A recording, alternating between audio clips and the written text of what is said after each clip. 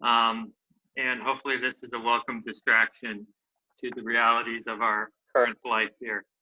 As John mentioned, this was supposed to be a live event, but we will make do with doing a virtual event, and hopefully we'll have other launch events in the future with McNally. So before I get to the panelists, just want to quickly thank my team. I'm the one speaking here, but there's an amazing team behind the publication who makes it all possible.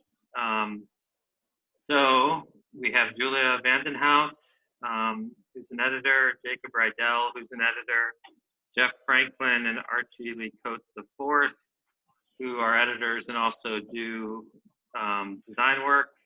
Nate Patrick, who's an amazing, he's one of the few non-architects we have on our team, but brings an amazing outside perspective.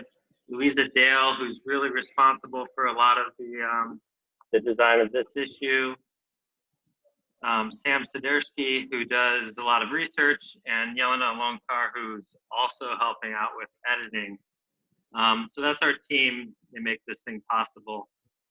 So as John said, CLOG was founded in 2011 and within architecture. And we did our first 14 issues within architecture before expanding to topics beyond architecture. So our latest 3 issues were on guns, artificial intelligence, and now cannabis. And we use the same format that we developed to talk about topics within architecture, which is picking a singular topic that we feel is relevant to a lot of people today and has very different points of view, and discussing those, keeping all of the voices of all the participants and discussing those from as many points of view as possible. So this issue is on cannabis, which is a topic that was widely debated over the last couple of years as more and more states started to legalize cannabis and associated products for recreational and medical uses. So there's a lot of discussion happening on it. But today we're going to focus a little bit more specifically on CBD. So we have 2 of our contributors from the issue with us, Beryl Solomon, the founder of Poplar, and John Hushman, the founder of Scotch Valley Ranch. So I'm going to, without doing lengthy introductions, I'm going to start off by asking a question. Both of our panelists today come from varied backgrounds. Beryl in government, public policy, fashion retail, and John in farming, design, furniture making, music. How did both of you end up at CBD? And if you could tell us a little bit about your background and how you arrived at this moment, devoting your life to CBD, that would be great. I'll defer to Beryl. All right, well, I'll go first then. Well, first of all, thank you for having me. It's obviously a bit unfortunate that it's not in person, and hope everyone is healthy and at least for the next little while can think about something other than COVID. Thank you for having me. I guess a little bit about how I got here. So in 2018, I added cannabis, so both THC and CBD, to my health and wellness routine. It was the first time I had really touched it. Essentially, I added that to what I was taking every day and significantly decreased my antidepressant, my SSRI. So the sort of goes that I went to my doctors and said, I'm interested in understanding what a more natural alternative is to my SSRI. I was put on Prozac and diagnosed with PTSD after losing my brother in a tragic accident. And so it was not sort of depression that I had been battling with. It was a time and a place and a moment, and years had passed and I had had children, and I was just ready to understand what my options were. And more than one doctor looked at me and said, "I'm sorry, but we don't recommend women in their 30s who are professionals and moms who live in New York City to go off their antidepressants. We don't, that's not something we advise." And I said, "Well, I appreciate your opinion, but it's my body and my choice, and I would like to just understand what the options are." So after a relatively lengthy process of talking to a bunch of different people, meeting a holistic practitioner, traveling out to California, having my first dispensary experience. Again, I had not touched cannabis since college. So it was not because I was like, I want to use cannabis instead, show me what that means. It was just that kept coming up in, honestly, my Google search. Like when you search natural alternative to antidepressant, cannabis kept coming up. So it took me about 9 months to figure out what my proper dosage and combination of things are. And in addition to significantly decreasing my SSRI, it also had other significant impacts on my life. It essentially cured the acid reflux that I had since I was pregnant, that I had just sort of learned to deal with. It definitely made me a more patient mom, more focused, able to focus on all the tasks in front of me. And at the time in 18, when I added it to my routine, I was running a fashion company. That's what I have done for mostly the past 15 years. And for the first time, since I could remember, I was thinking about something other than running the fashion company. And I thought to myself, there's something here. Really, in my endeavors to figure out what to add and how to add it, it was quite difficult to find something that spoke to me, that felt right, sort of brand right for me. I say everything was in one of three categories. It was either stoner, witchy feeling, or medical. And I wanted something that felt really wellness, that didn't fit in any of those three boxes. And ultimately, I was hired to create Poplar. So we're an online destination. We vet all the products that we sell. So understanding, again, that this was, 2 years ago, it still is highly unregulated, but even more so now has sort of been brought to the forefront as the idea is that it's not regulated. So everything we sell requires third-party testing. We do our own independent testing to try to answer a lot of the questions that I had when I started on this journey, and hopefully help some other people. Great. How about you, John?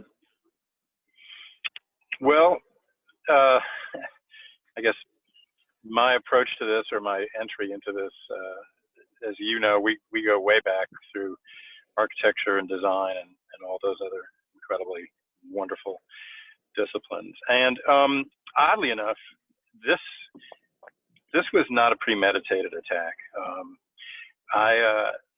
I jokingly say I've never really walked in a door frontally. I always back in because I never really know what I'm doing. And so over the years, I had run a construction company. That's where I met Kyle. Further to that, started a design company of my own that made high-end furniture. A farm in upstate New York is about 950 acres.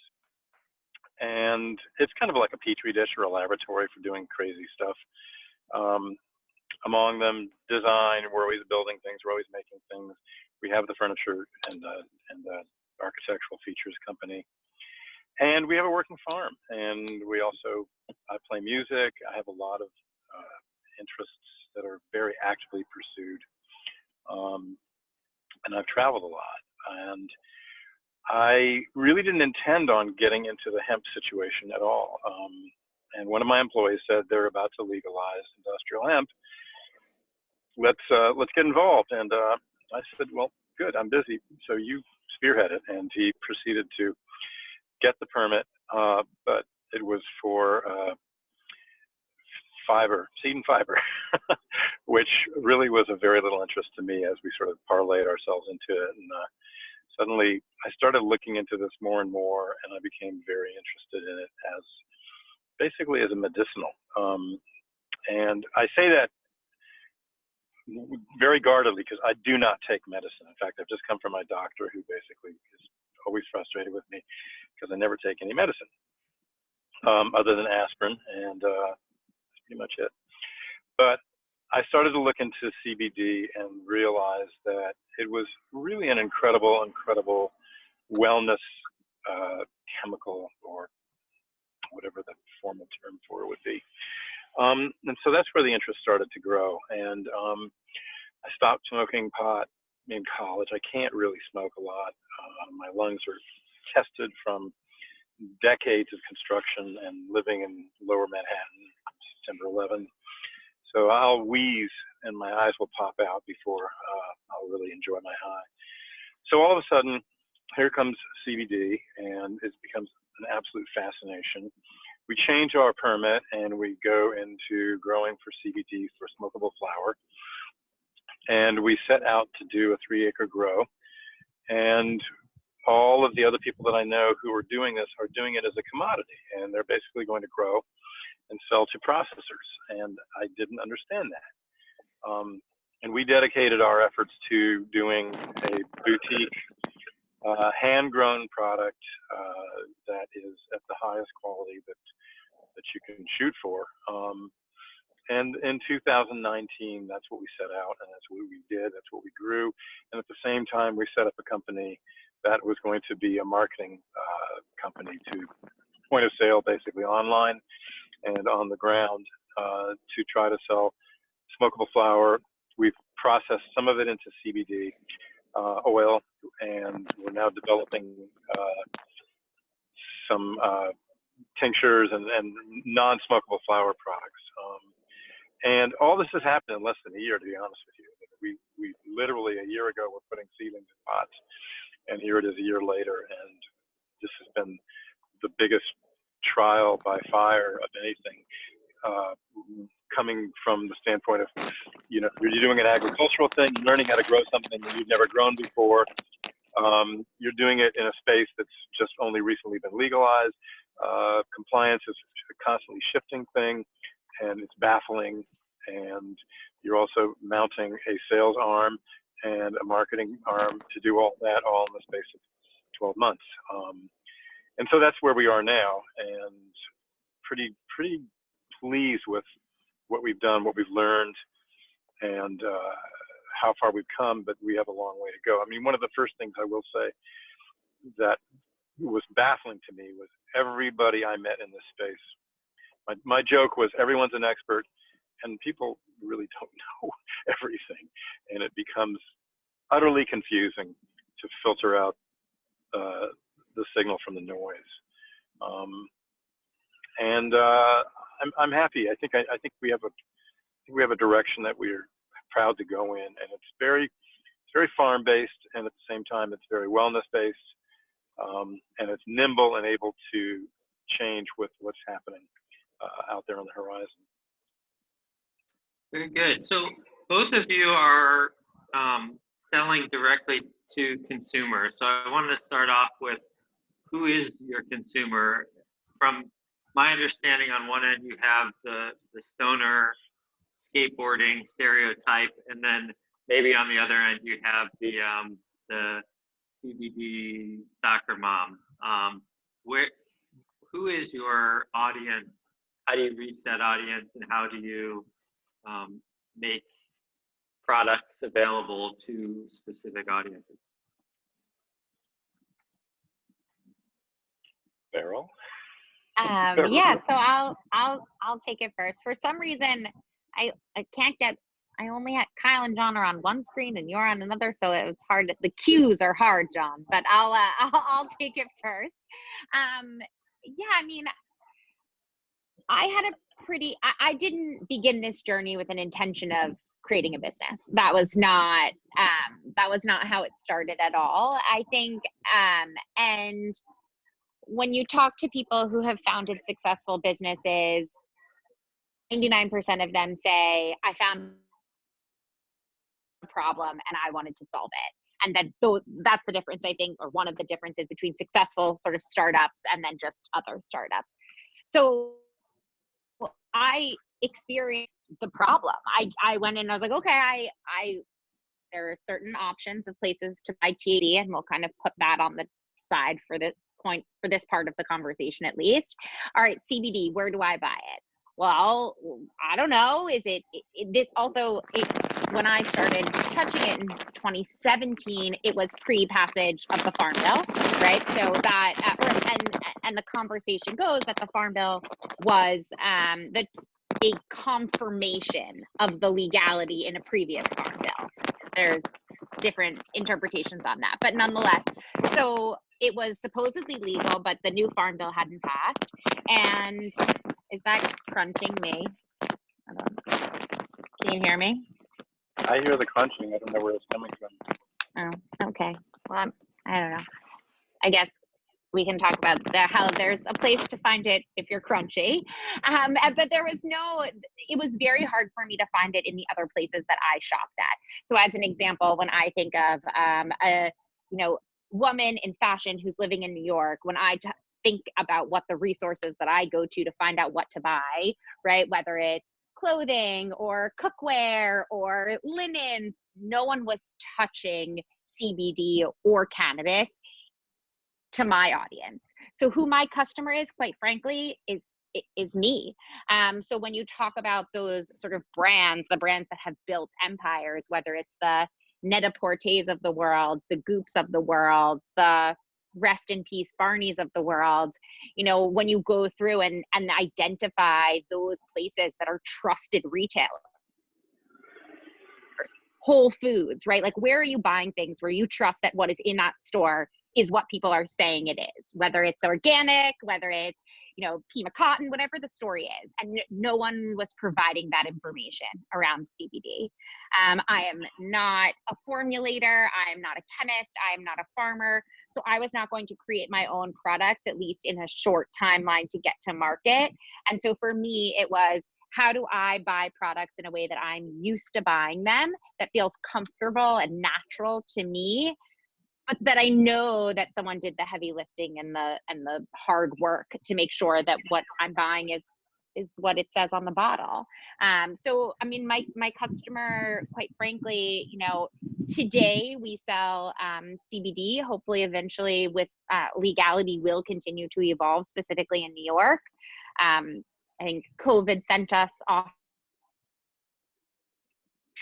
track, which is something on the THC side. But for CBD, I mean, our customer, the popular customer, is the person who is going Soul Cycle and working out at Rumble and is, buying good food and is conscientious of overall wellness and is interested in trying cannabis in general, and specifically CBD, because it is unregulated and very complicated. To John's point, there is so much noise. It's someone who wants a trusted resource and doesn't have time or is not interested in becoming the subject matter expert in every single thing they touch and use, but rather wants to know that who did that research for them, and someone and a company that they understand and connect with the ethos. How do we reach those people? That's a much more complicated. Sure. What sex and age do you think your demographic is, and what is their reason for using CBD generally? Yeah. So, we hit mostly people between 35 and 45. Most of the purchasers are female. But most of the purchasers in general in wellness are female. And I believe that women are buying it for the men in their life, just like they're buying a lot of other things for the men in their life, whether that is their partner, their brother, their father, etc. So one of the things that was really important to us, just as a byproduct, is that we certainly speak mostly to women, but it needs to be a site or a place that when she says, oh, I got it on Poplar, go there to reorder it, he can come online and reorder it in a way that he can understand. So we certainly lean feminine, but one of our goals is to not be super feminine. So I don't know, hopefully that answers your question. Yeah, how about you, John? How are you marketing, who are you marketing Scotch Valley Ranch CBD to? Well, if I could give you that answer and actually own that answer and do it and be doing it right now, we would have solved our biggest problem. No, but seriously, from the beginning, when I embarked on this, everyone was saying things like, well, I guess this is your, you know, you're going to do the CBD and then this will be your bridge to go into THC when THC becomes legalized. And that was really almost anathema to my approach. My approach and my interests were totally based on the medicinal and wellness aspects of CBD and the fact that it doesn't get you high. And I maintained that 90 to 95% of the population of adults would be interested in CBD products, whereas THC products, you might cap that off at 35, you know. And whereas, you know, not to moralize or anything like that, because I certainly have spent a lot of time in altered states, I just felt there was something unquestionably noble about the CBD offering and what its potential gift was to a very large demographic. We also were very focused from the start on selling retail, selling smokable flower. Before we really even got hardly into it at all, I looked at the entire process and I said, well, if you take, we had encountered a bunch of investors who were really gung-ho on having this entire seed to sale game plan, and we spent time with them, and I was a little bit baffled, and in the end I just said, I don't know how to do all this stuff. This is way too much turf to really wrap my head around, and let's back it up. What are we doing here? We have a farm. We like our farm. We like growing things, among other things, but that's what we're going to have to start with, is we're going to have to start with growing, and we'll learn how to do that well first. Looking at it from the other end is, okay, here's some oil. How was it extracted? What was the process? What is the cleanliness of the process? How much toxicity is left in the material? You know, if you look at it from a chemical point of view, a chemist's point of view, back it up, pass the oil, go back to the flour and say, okay, that's really your starting point. But then what's the quality of the flour, and how was it grown, and how was it handled? And again, perhaps because I tend to do things in a more boutique way, you know, bespoke furniture, you know, just everything I do is a little bit more on the bespoke side. When we just said, let's get this flower game going as well as we can. Not that we didn't trip and stumble a lot. You know, we had a lot of problems. And in the end, I'm kind of amazed that we grew such an amazing crop. And then we partnered with some other farmers who all brought something different to the table, and each brought a different quality and a game to the table. But I respect every one of their efforts and their end product. So now here we are, just after harvest and trimming and packaging and getting labeling figured out and all that. And we're just about to, we launch a website, and we're figuring out how to drive traffic. We've got a salesperson or two out there on the ground going to smoke shops and going to head shops and going to wellness shops and things like that, and trying to figure out how to market on the ground while we're building an online presence at the same time. And then all of a sudden, you know, COVID-19 shows up, and all bets are off. And then, well, you just keep going. Beryl probably has her skill set much further down the line than we do in terms of, you know, who are my customers and how will we reach them? Because at this point, those are our outlets.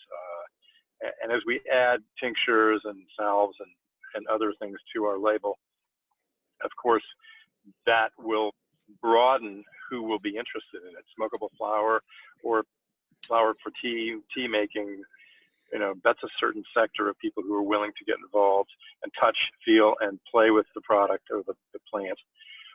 Towards that end, And I think in the long run, that is, Kyle, that's the question. How are we going to reach the 95% of the people that I think would really benefit from this? Because I benefit from it.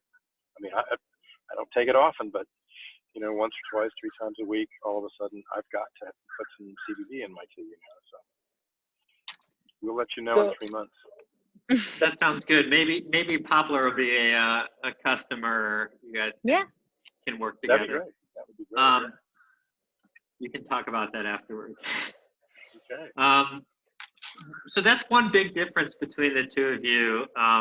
John, you stated in your interview, and you just said it again, that you're really not interested in going into the kind of THC segment, whereas Beryl, you seem a lot more open to that. I just wondered if you guys could both talk a little bit about kind of the connotations of that and what you think the benefit of going into that sector or not going into that sector really is. Yeah, I guess I'm the first one, so I'm gonna go first. Always, please. Always, right.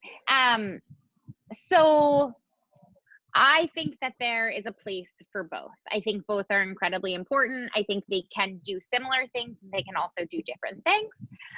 So for those who are listening who don't know the difference, maybe you haven't purchased your issue of CLOG yet, but the main difference between CBD and THC is the percent of THC. So THC gets you high. In theory, CBD does not. So CBD is defined as less than 0.3% THC. So one of the main reasons I am pro the entire spectrum of cannabis is because 0.3% THC is a completely arbitrary level. So essentially, the government decided based on plants that were grown, and that essentially there was cannabis up here. It split from a scientific genus perspective into 2.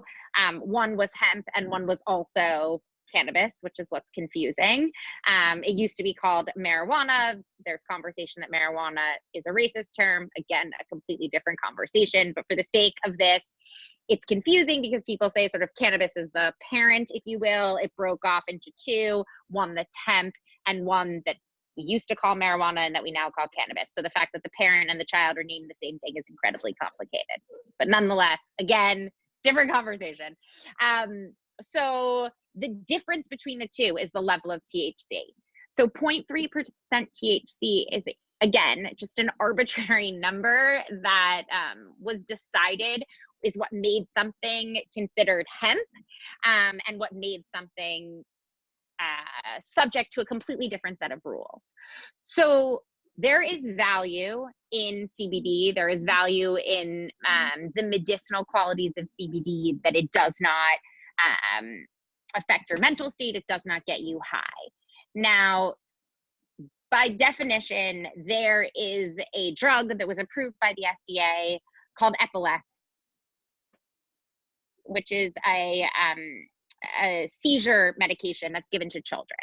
So the fact that there is a drug that is approved by the FDA, that was actually fast-tracked by the FDA, that we give to our arguably most vulnerable population, which is children, to help with their seizures, proves the point that CBD does something. So anyone who says CBD doesn't do anything doesn't know what they're talking about.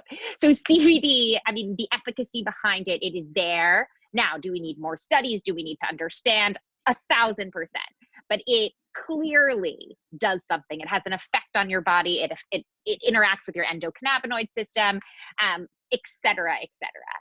Now, with that said, again, the 0.3% though is arbitrary. So while there is certainly a value in medicine that doesn't affect sort of your mind, your brain, your psychotropic perception, there is also some relief that only comes with more than 0.3% THC. And those are just facts. Again, now they're not necessarily scientific facts because we don't have the research, because it's considered a Schedule I drug akin to heroin, and it's very difficult to get proper studies. But you talk to cancer patients, you know, men, women, old, young, you talk to people with physical pain, arthritis, and what cannabis does for them, CBD cannot. So what we believe is that it's the entourage effect. It's all of the different cannabinoids. We're talking about CBD and THC right now. Those are only 2 of over 100 and something. The number changes all the time that have been identified. So essentially, I believe that if we only talk about CBD, we're just cutting off a portion of the conversation. I'm happy and excited to start in CBD because I like being able to have a conversation that says, everything I'm selling you won't get you high. Everything I'm selling you won't get you high. And I think that's an important beginning to a wellness conversation, and to have it be adopted and understood by the larger community. But I think it's hard for me to listen to CBD companies who say, oh yeah, but it's just about CBD. Now that doesn't mean they have to create their own THC line, but all of these cannabinoids are incredibly powerful. And I also think that it's important to note, and I obviously feel very passionate about this subject, is that there are a lot of products that you have to buy at a dispensary that have more than 0.3% THC, that depending on your dosage still won't get you high. So my personal regimen in the morning, so I live in New York. I'm clearly not in New York right now, but I live in New York. I have a medical card. So I take CBD in the morning.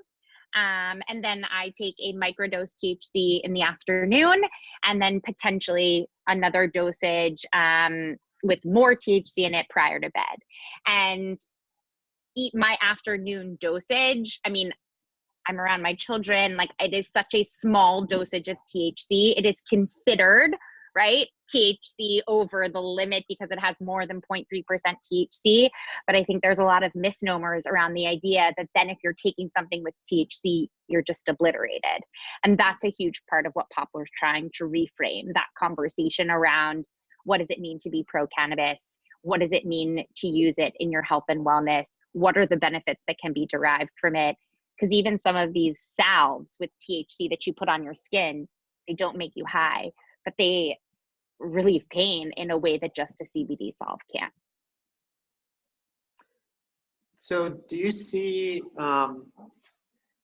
if legalization situation changes, do you see Poplar getting into products with THC, with more THC?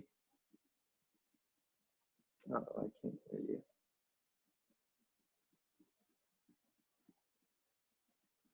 Oh, how's that? Better, right? Yeah. Yeah, I mean, our ultimate goal is to sell the best in legal cannabis, which today means CBD because we ship it nationwide. But ultimately, yeah, it means THC and CBN and CBG and, you know, all the alphabet soup that sort of comes with it.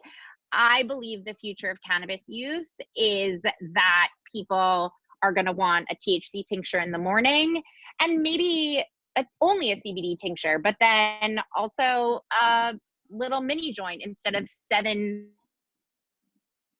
tequilas on a Saturday night. And people are going to want to go to one place to purchase those. And they want to have a go-to person, relationship, store experience, online delivery experience that understands how, that they can talk to, that understands how they're using cannabis in their wellness routine, which is going to include, you know, maybe it's a CBD tincture in the morning and a, you know, CBN tincture at night and a THC this on Friday and Saturday, etc.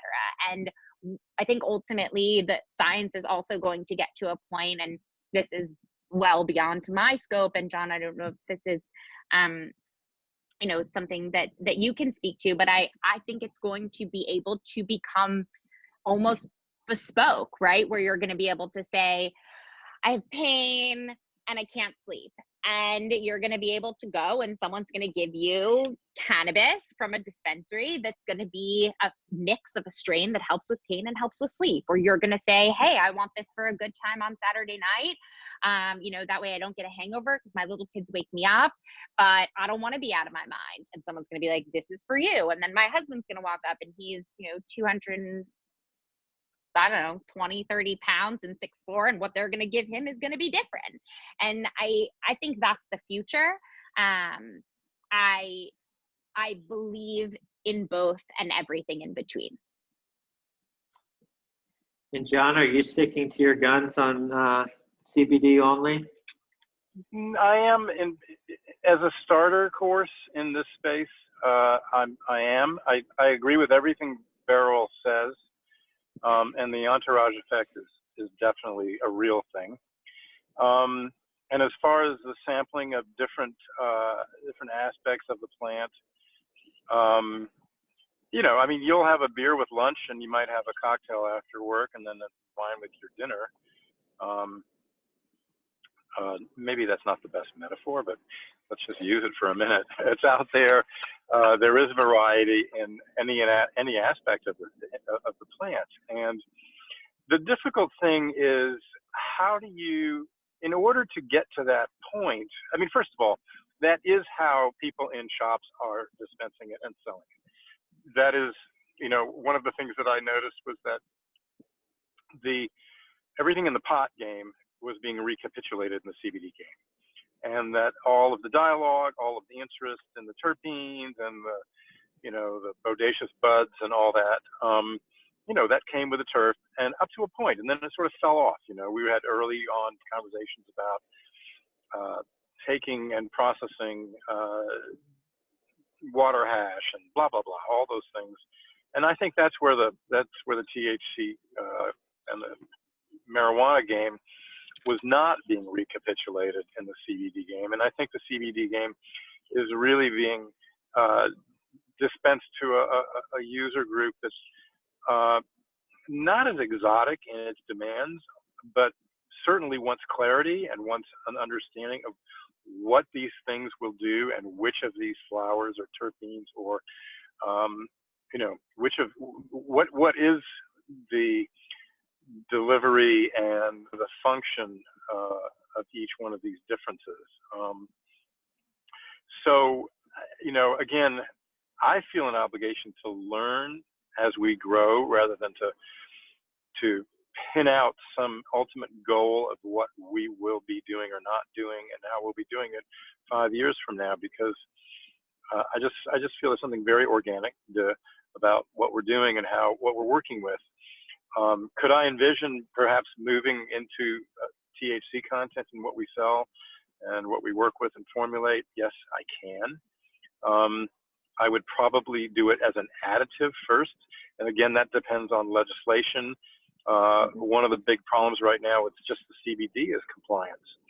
And, you can grow CBD for consumption in New York State, but you can't actually roll it into pre-rolls or cigarettes in state.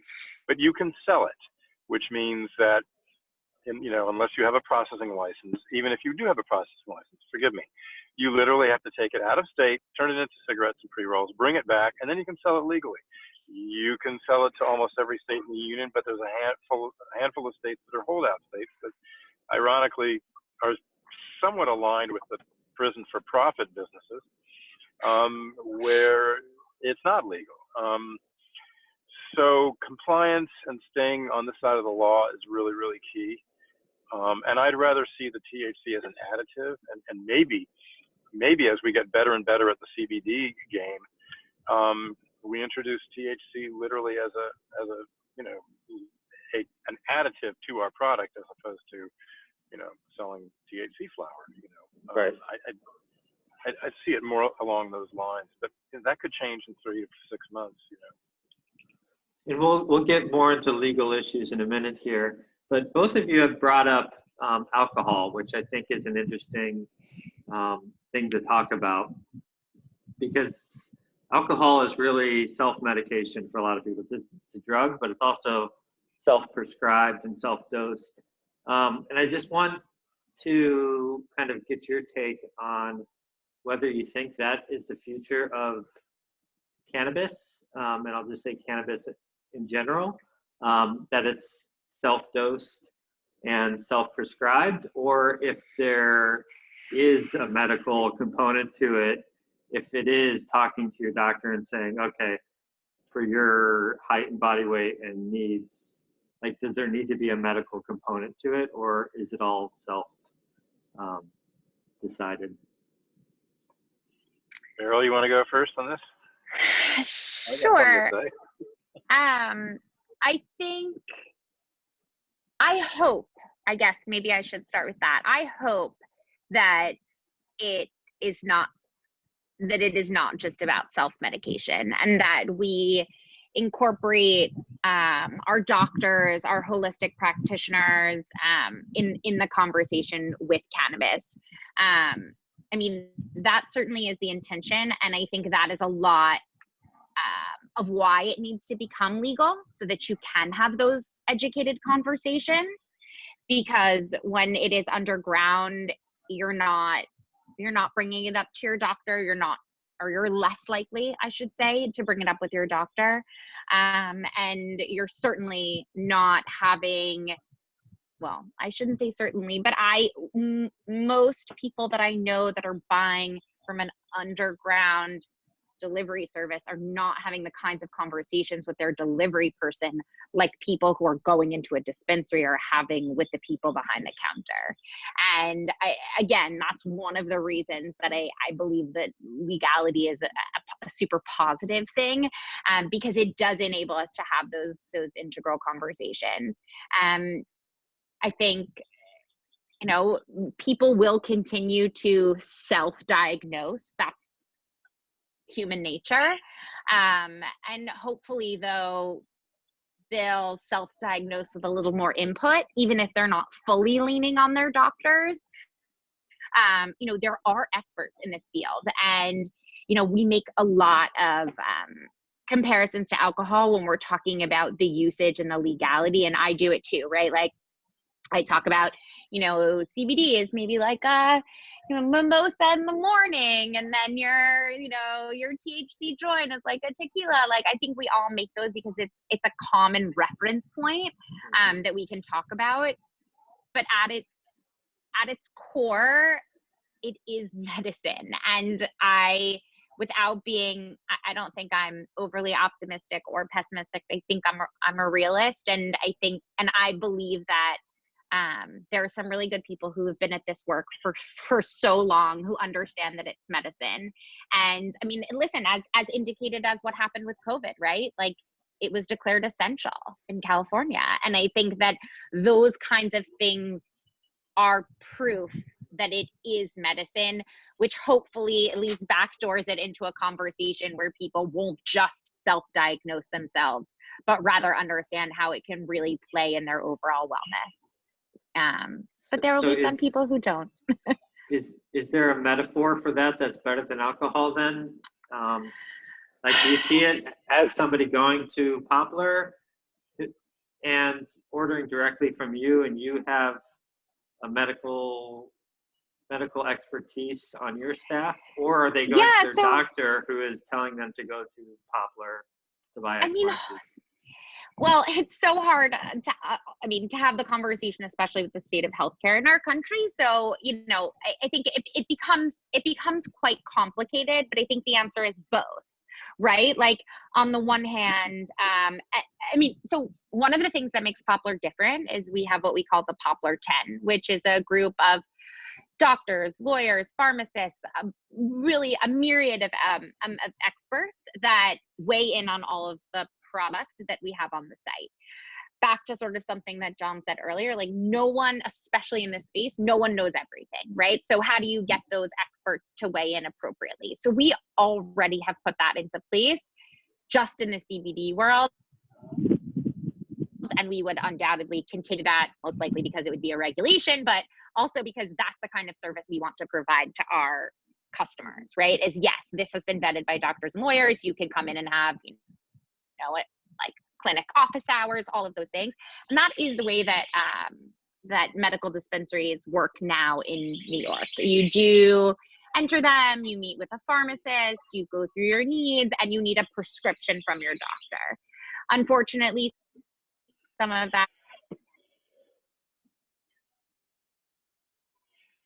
out in terms of like, are you required to go to your doctor, and how, who needs to pay whom, and again, it gets complicated, but I think there will hopefully be a time, yes, where it's, I want to make a virtual appointment, have a conversation, you know, with an expert at Poplar who is not my doctor, who's going to clearly say, I'm not your doctor, you know, definitely have this conversation with your doctor, but, you know, arm you with almost a little piece of paper with the important information so that you can take that and give that to your doctor, right? And say, hey, I went to Poplar and they told me to take CBD of 1,000 milligram bottle, you know, a full dropper a morning, but they told me to check with you because I'm on thyroid medication or whatever it may be. So hopefully even just to engage and make it possible to have those conversations with your doctors and your healthcare practitioners on a larger scale, I think is really important.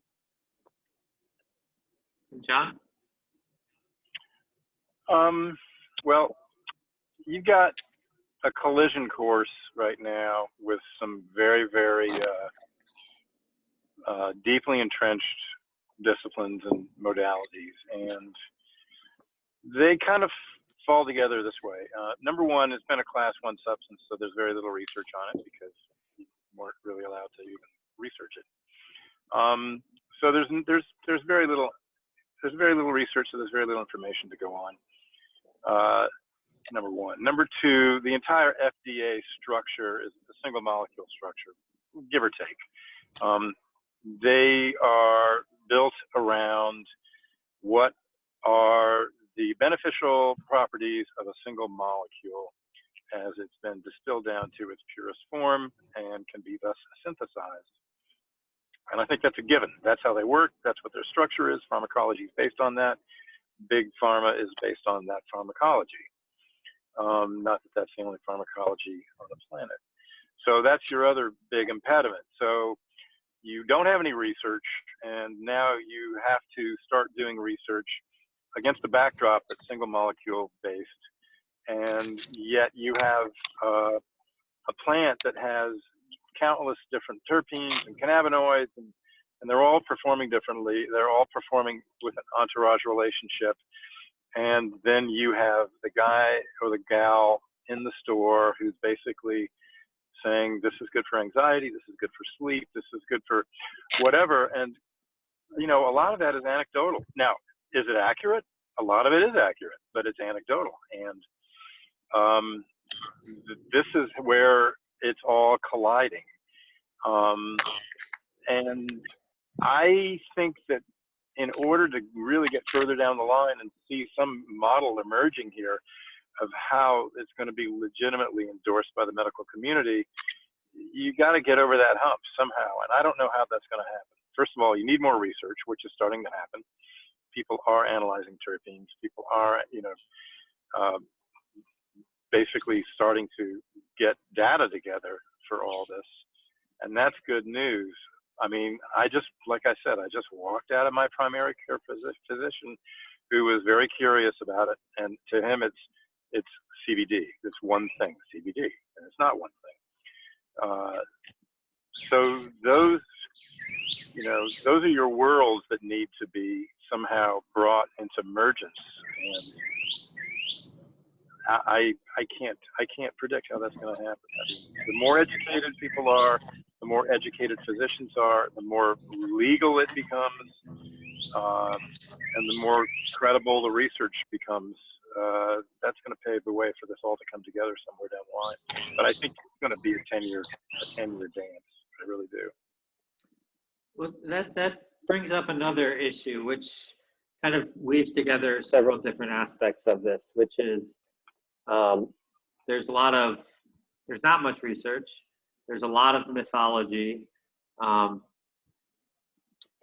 maybe just as an introduction to some of our audience members who maybe haven't tried CBD, what can people expect this to actually do?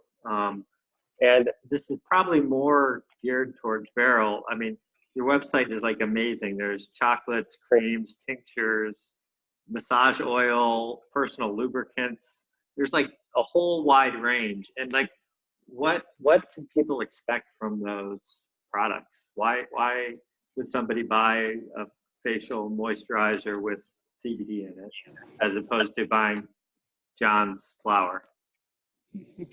Well, I'm certainly, you should buy both, but I guess I'll just speak to a minute about what CBD actually does, which I think is the core of your question.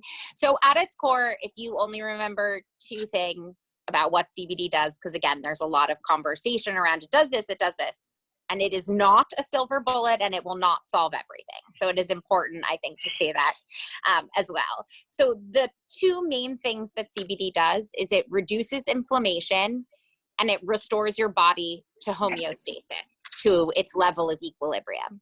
So that is simplifying a lot of research and a lot of actual scientific knowledge, but in laywomen terms, that is what it does. So if you think about your skin, right? Why would I use a CBD skin cream? Well, at the end of the day, most zits are, or blemishes or whatever, breakouts are because of inflammation. Your skin is inflamed. You got something stuck in it, the pore is inflamed, etc. Why does a cream work on your, trap when you wake up and you're kinked and all of a sudden you put it on? Well, that muscle got tweaked and it's inflamed. So a lot of what's happening in your body comes down to inflammation. So that's number one. And when you start to think, not number one as in the most important, but just the first thing to address is that it reduces inflammation. And so when you think about what you're using and how you're using it, if you can tie it to some sort of inflammatory issue, it's helpful in understanding what it can do. The other piece, which is a bit more esoteric, is that it restores your body to homeostasis, right? So when people say, as an example, how can CBD help me sleep? Because that seems a bit like more woo-woo. I mean, the answer is your body's a super refined machine that does so many things on a regular basis that we don't think about. And there is a complicated system, just like there's a nervous system and a digestive system. There is a system in our body called an endocannabinoid system that runs all throughout our body that helps us stay balanced. It is one of the systems that helps us stay balanced. And if you think about, again, your body as a machine that is sort of all circularly tied up, if something's broken, it creates, other places of friction in the circle, if you will. So the other thing that CBD does is helps your body stabilize by working with your endocannabinoid system. I also, though, sometimes say in response to questions like this, and, there's a lot of things that CBD can do. But it is not a silver bullet. I answer this a lot. I also do say, like, if someone asked you what Advil does and how it works, you wouldn't you take Advil every day and nobody has an answer, right? Someone told you that you trust it and that it's legit and that it's not gonna cause some irreparable harm in your body. And when you have a headache, you take 2 Advil. So there's also this complicated undercurrent of, well, there's not a lot of research, but has anybody read any research about what Advil does? Right? So it's a complicated conversation, not to rip on your question, but it's a complicated conversation, and at its core, CBD is medicine. Again, it was approved by the FDA to be a drug for children who have seizures. So it clearly does something, and does something incredibly impactful. In laywomen terms, the two things are anti-inflammatory and helps create some balance, which then can affect stress, sleep, pain, etc. Very good. John, do you have anything you want to add? No, I think that really captures it.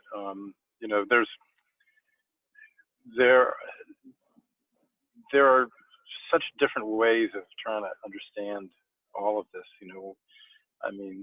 Beryl has a very good working knowledge, and she's obviously got a lot of product that is tailored to certain realities. You know, we're a little bit more simplistic at this stage in the company growth, and really sort of plant-based from, you know, sort of how we're starting to disseminate what we do.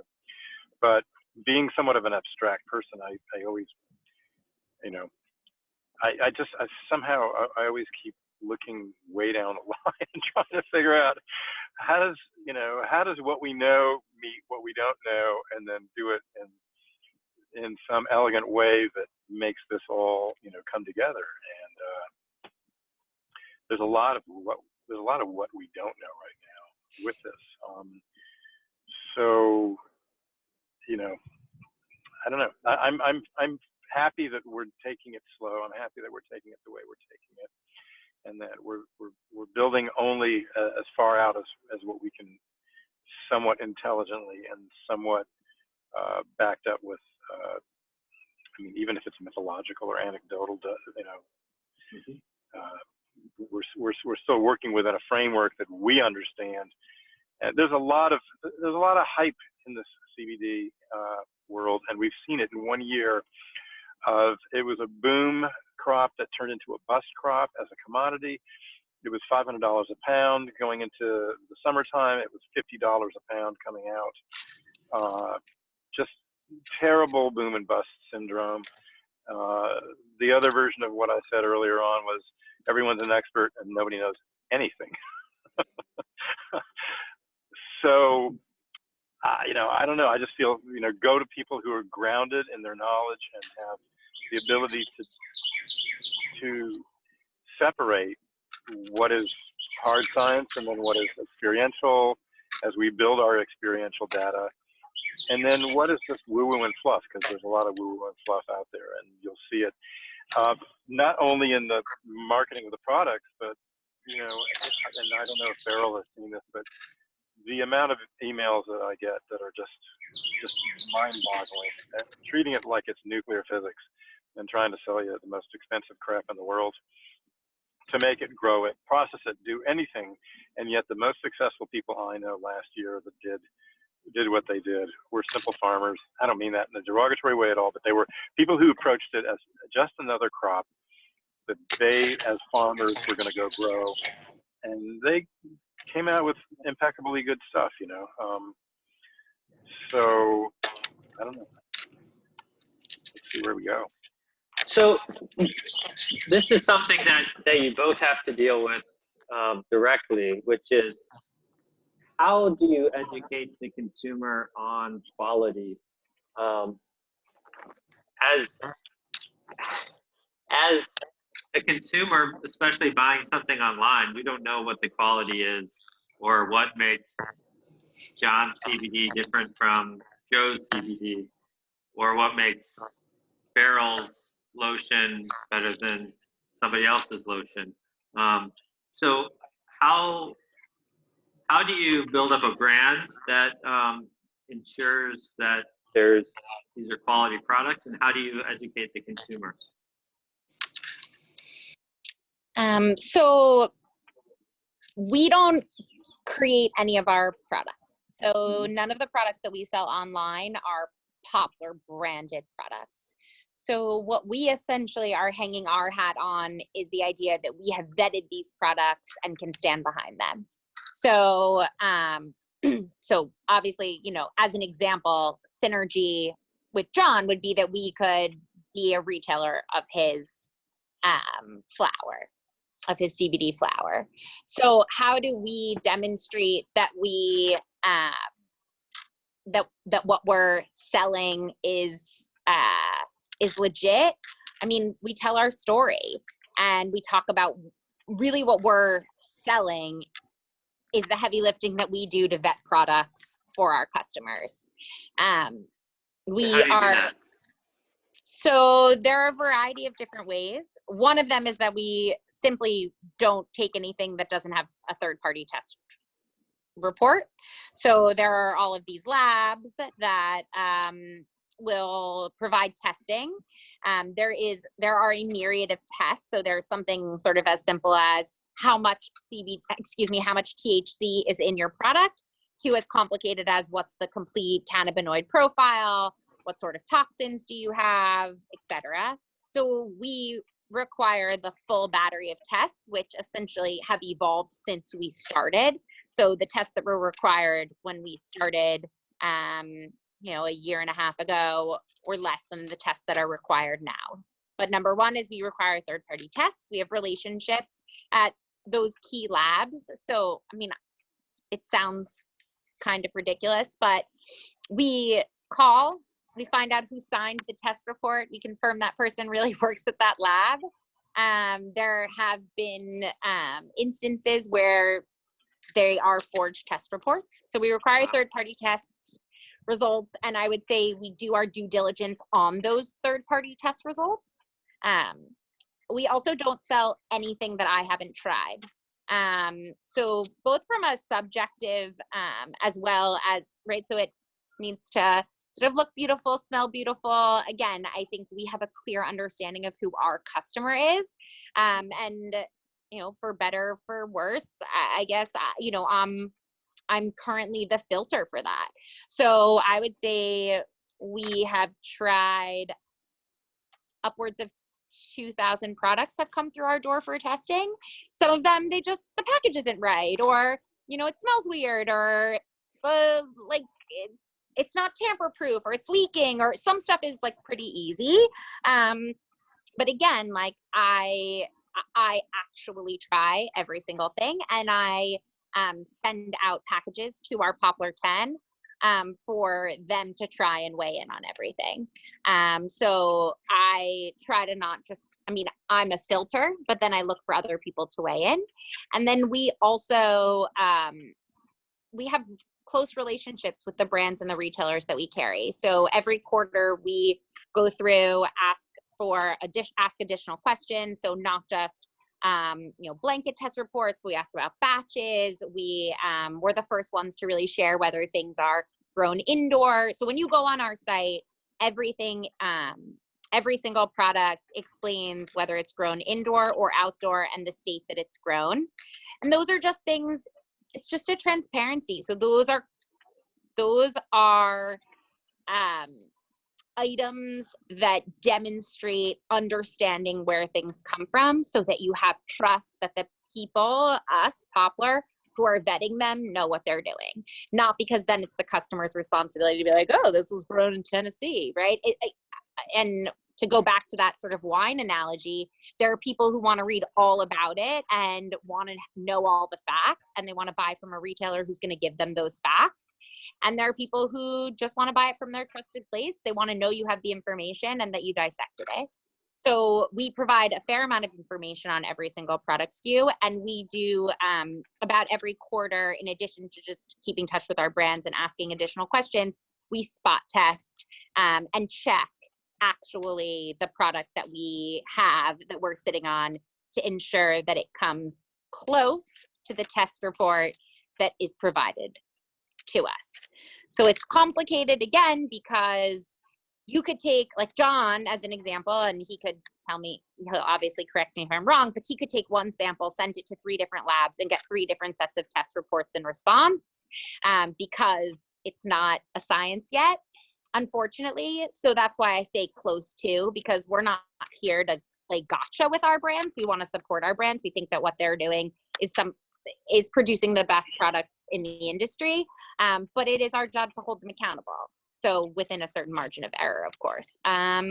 So those are some of the things we do. In addition to, like, if something doesn't sell, we don't continue to offer it, right? If we sell it to our customers and then we get returns on it or a ton of questions, you know, acting as the retailer has, you know, some benefits, a lot of responsibilities, and certainly some, you know, business drawbacks. But that's our current model, and for now, you know, the way we plan to stay.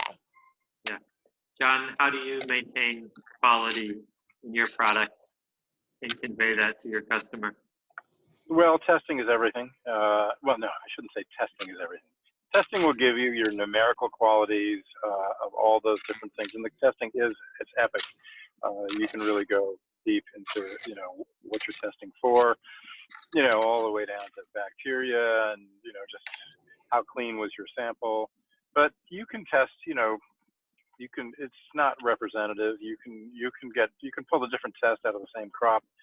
I can't remember what the FDA was originally stating, one test for every 3 acres, but there's variety. I mean, if you test corn for sugar content, you're going to get very different sugar content, even in the same strain of corn. So your testing is a start. With smokable flower, it's very tactile also. Really brown, desiccated stuff that's, very unaesthetic and harsh. It's all about curing. In order to create a smokable product, you have to cure and off-gas your chlorophylls out of the plant, because those are the chlorophyll is one of the main culprits in terms of giving you a bad smoking experience. So that's all going to come out in the drying and testing, and then you'll see that in the finished bud. A beautiful green, perfectly hydrated bud is one thing, and a brown desiccated piece of crap is another. User experience is key. Oddly enough, packaging, labeling, all of that is important, because those are just things that you need to control, and their presentation has a value. We have a really good team that is involved in the marketing and controlling, all aspects of that, which I tend to stand further back from that. Beryl hit, she hit the markers right there.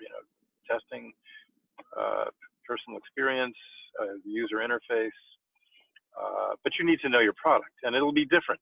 A cream is going to have a whole different expectation base than smokable flower, or CBD drops, and that you're going to really start to get into,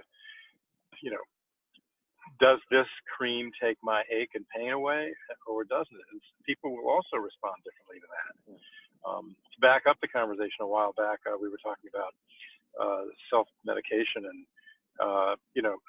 it is my wish that people will all evolve to the point where they don't need a doctor so much to tell them anymore what's wrong with them. And I really believe that your innate intuitive system is created and built, for curing and healing yourself, up to a point, up to a degree. But the more you can get in touch with yourself, the more you ultimately are going to follow the leads of anybody's marketing, anybody's labeling. But then you're going to have to try it in the same way that, there's 5 bottles of good red wine here, and you're going to like this one, and somebody else is going to like that other one, So. Okay, I didn't realize how long we were going here. I'm going to ask one more question, and then we can turn it over to our audience. The legality of cannabis is such a gray zone and constantly shifting. What do you guys see as the current ecosystem and some of the biggest challenges right now in terms of legality of cannabis?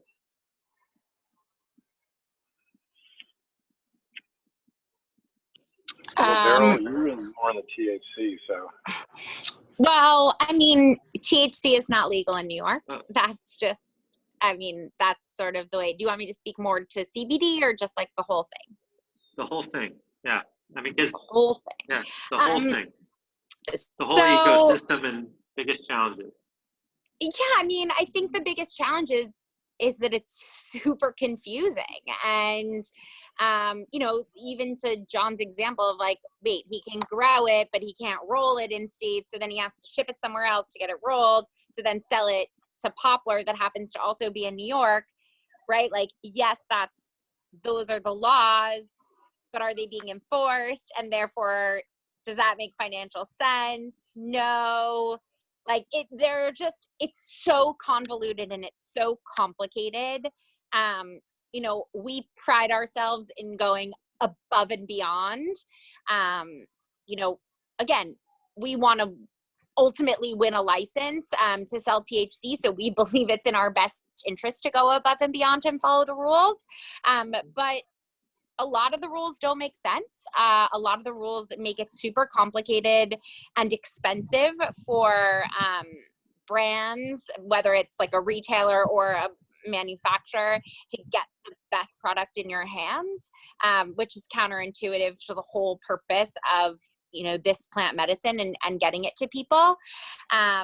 So I think it's the confusion, and that's really, we were out to create a platform that not only sold you products that fit into your lifestyle, but also tried to really help you follow the rules and regulations. So again, I concepted Poplar before the 2018 Farm Bill that confirmed a lot of what was in the 2014 Farm Bill. But one of the things we built in our site is a state filter. So you have to type in your zip code, which translates to your state, in order to even add things to your cart. Now, everything that we're selling right now is CBD, which is, as of the last decree, legal in all 50 states. But there are asterisks around that, right? And so we want to essentially be so above board and so clear on the legality that should that change on a federal level or a state level, we're able to huck and jive, and Poplar still exists, and we're still able to get you products. There are some states that still frown upon CBD. There are states that CBD can't be sold in dispensaries. That CBD is only sold in spas, as an example, like in Colorado. So I think, and we're seeing it play out in COVID, right? Like the difference is, I'm about to be 40. I'm trying to think in my life, was there ever something that was so different by state, right? Like if I've ever experienced that before. And I think we're seeing right now in COVID, the difference between sort of like our, national government and states' rights and how rules are different by state. So it's so complicated, and I think a little more complicated. I think it's more complicated than it needs to be. Some of the complication is important because it is important to understand that, there are people in jail for, for small crimes, and that related to cannabis that should not be. And we have, those of us who are in this industry or new to this industry, it's complicated to the idea of making money off of something that other people are put in jail for. And I think the nuance and the complexity and the different rules and regulations, whether explicit or implicit, right? Whether you happened, to look like me, maybe your set of rules are different than someone else, and it's not right. It shouldn't be. And I think until we really have clear and equitable rules around how to bring plant medicine to our communities, to all communities, and to make up a bit for the mistakes of the past, I think we're going to continue to muck around in this gray zone. That's going to be really difficult and just not serve any of what we're trying to accomplish ultimately, until we really have, national legalization, which I do think will happen in our lifetime, not soon. We can't even pass it in New York. So we clearly have our work cut out for us. Yeah. John, what's your experience in legal issues, getting your permits and now distributing? I think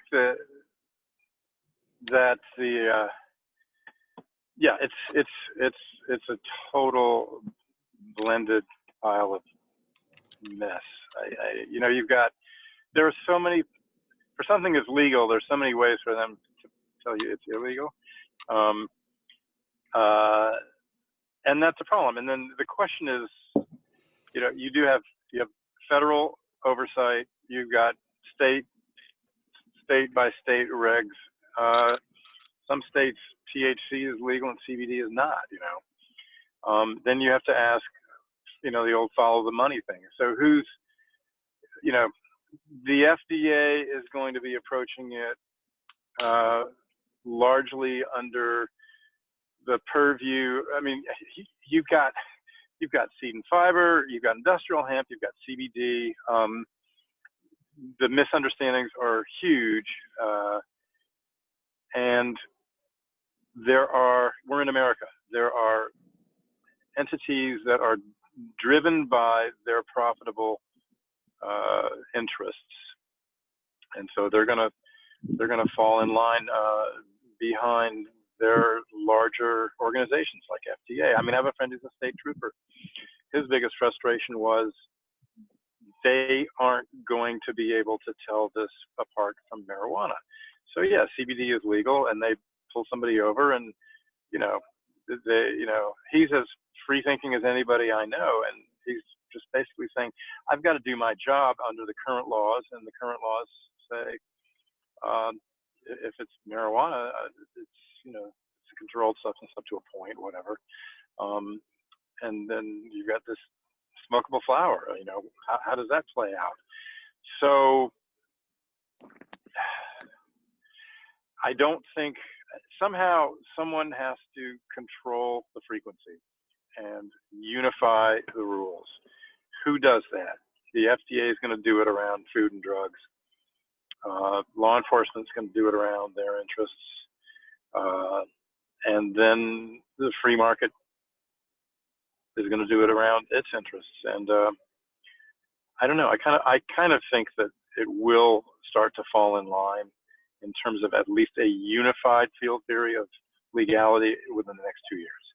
I think people are just going to start to say, this is just a mess. But I don't know, because like the holdout states, I mean, is it 0.3% Delta 9, or is it 0.3% total THC? Yeah, you can't sell to some states. But then again, if you sold tulips, go to any tulip catalog and you'll see you're not available for sale in Montana, Minnesota and Wyoming or whatever, How do you unify legislation when there's so many different owners of that legislation? Somebody's got to kind of gain ascendancy and say, we're going to. It's like MIDI for music. There were all these digital music interfaces until somebody said, we need one standard that everyone's going to apply to, and that's going to be an interesting play as to who's going to own that standard. All right. Thank you both. I'm going to turn it over to John from McNally Jackson for the Q&A session. Yeah, I have just one question, but it's a good one from Lauren. It seems like with COVID, so many of us are experiencing anxiety or lack of sleep or other issues. Do you think there's an opportunity to fast track the education process of CBD by talking about how it might help people post-COVID? Beryl, do you want to take that one first?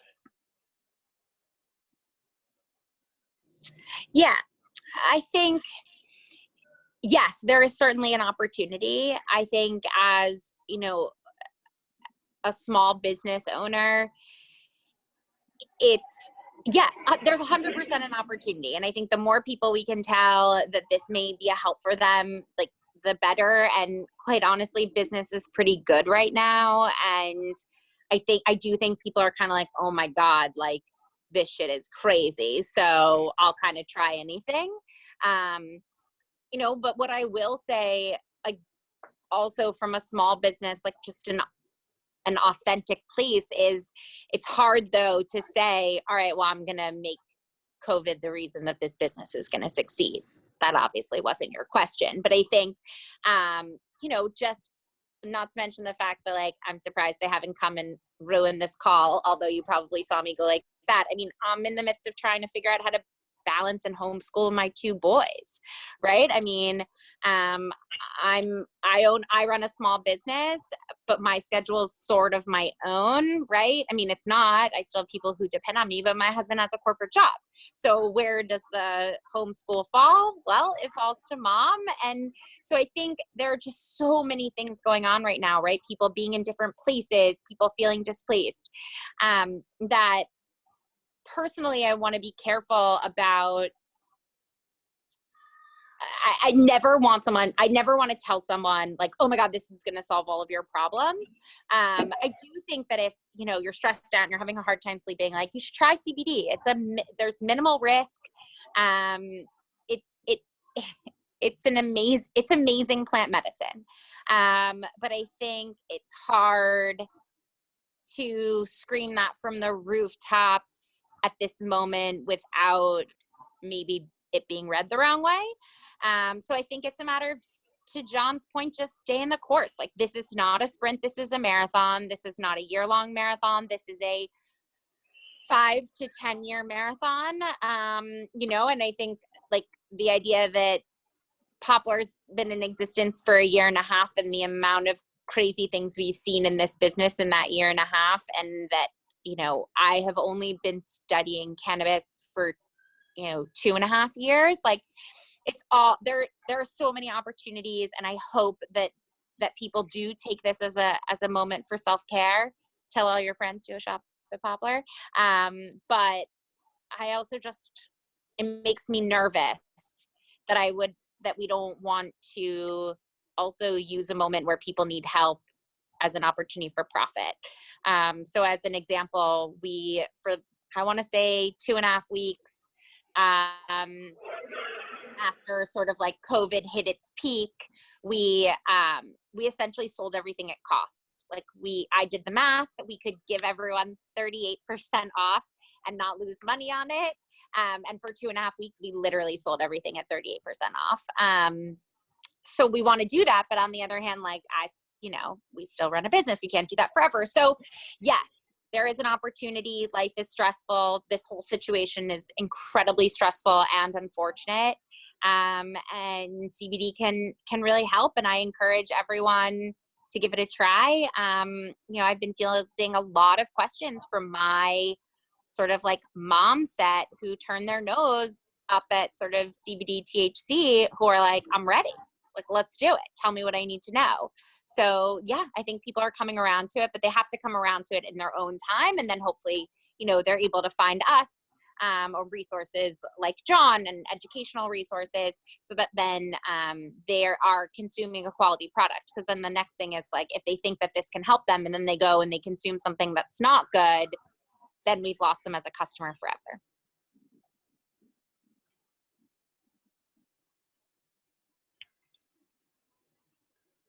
John, what'd I miss?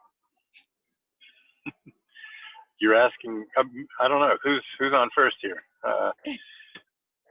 Who controls the screen of the camera? Quick answer, yes. It's a great time for people to discover CBD. It really is. Again, you know, no pressure, no big deal.